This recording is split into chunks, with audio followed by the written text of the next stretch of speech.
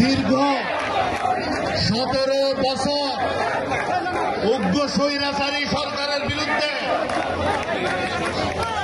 গণতন্ত্র পুনরুদ্ধারের আন্দোলনে যারা রাজপথে আসিল আজই আবেগগুলো এই মঞ্চের মধ্যে আছে, মঞ্চের সামনে আছে ইনশাআল্লাহ।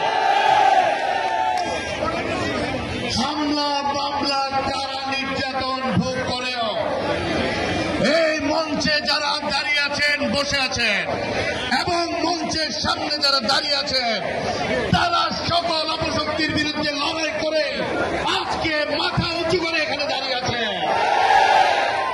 আমাদের নেতা জনাব তারেক রহমানের নির্দেশে, তারেক রহমানের সফল নেতৃত্বে এই 5ই আগস্ট থেকে বাংলাদেশ থেকে স্বৈরাচারী হাসিনা বিতাড়িত হয়েছে।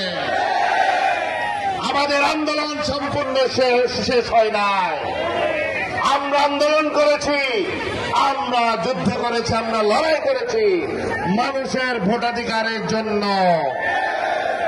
যখন বাংলাদেশে ভোট হবে কিনা, ডিসেম্বরে না জুনে না জুলাই হবে, এগুলো নিয়ে একটি সংশয় তৈরি হয়েছে। তখন আবারও আমাদের নেতা তারেক রহমানের লন্ডন বৈঠকের পরে ফেব্রুয়ারি মাসের প্রথম অংশে নির্বাচনের ঘোষণা আছে। এখন আমাদের কি করণীয়? আমাদের নেতা তারেক রহমান বলেছেন, তরুণদের প্রথম ভোট ধানের শীষে করতে হবে। আরো কি বলেছেন?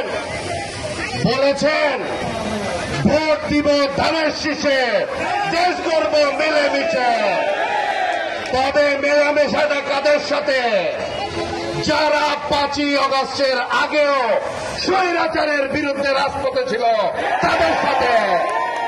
5ই আগস্টের পরের কোন শক্তির সাথে কোনো আপোষ হবে না, তাদেরকে সেই সুযোগ দেওয়া হবে না। বন্ধুরা আমার, যারা রাজপথে ছিল, যারা হাসিনা বিরোধী আন্দোলনের নেতৃত্ব দিয়েছে, তাদের সকলকে নিয়েই নতুন বাংলাদেশ গড়ে তুলবেন।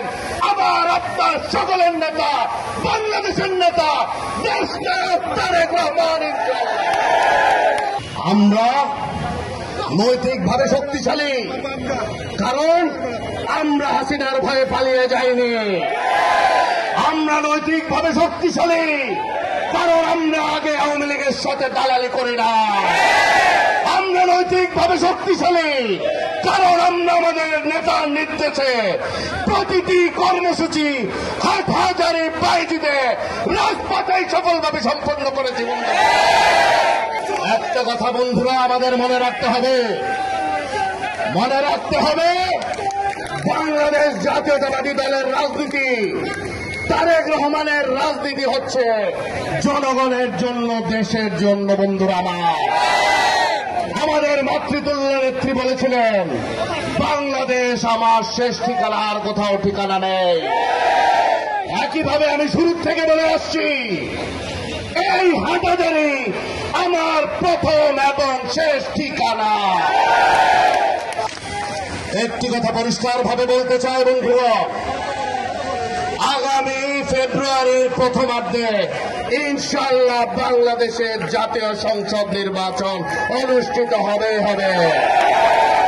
এই নির্বাচনে জনগণে আমার বিশ্বাস ইনশাআল্লাহ 90% বেশি সিট ধানের শীষে পাবে ইনশাআল্লাহ।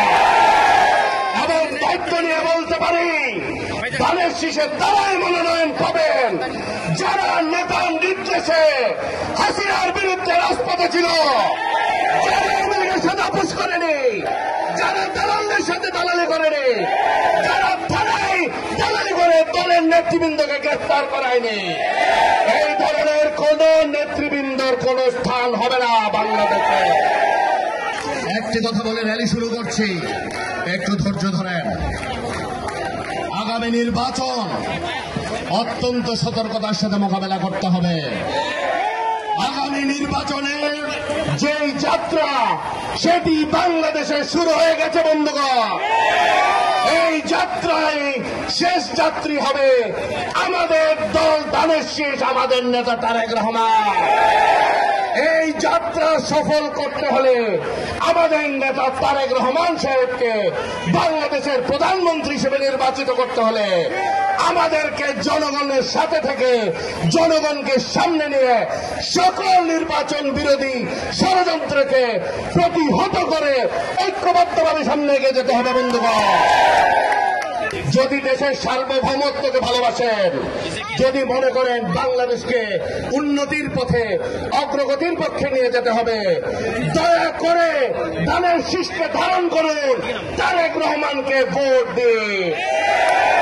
কারণ এই একজন নেতাই কোন অন্যায়ের সাথে আপোষ না করে লন্ডনে বসেও বিচক্ষণ নেতৃত্ব দিয়ে আবার এই স্বৈরাচারী হাসিনাকে প্রতাপ বিতাড়িত করেছে বাংলাদেশ থেকে। ৭১ যেমন জিয়াউর রহমানের নির্দেশে, জিয়াউর রহমানের ঘোষণায় বাংলাদেশ স্বাধীন হয়েছিল বন্ধুগণ। ৯০-এর গণঅভ্যুত্থানের যেমন নেতৃত্ব দিয়েছিলেন দেশনেত্রী বেগম খালেদা জিয়া, এই ৫ই আগস্টের গণঅভ্যুত্থানের নেপথ্য নায়ক ছিলেন আমাদের নেতা দেশনায়ক তারেক রহমান।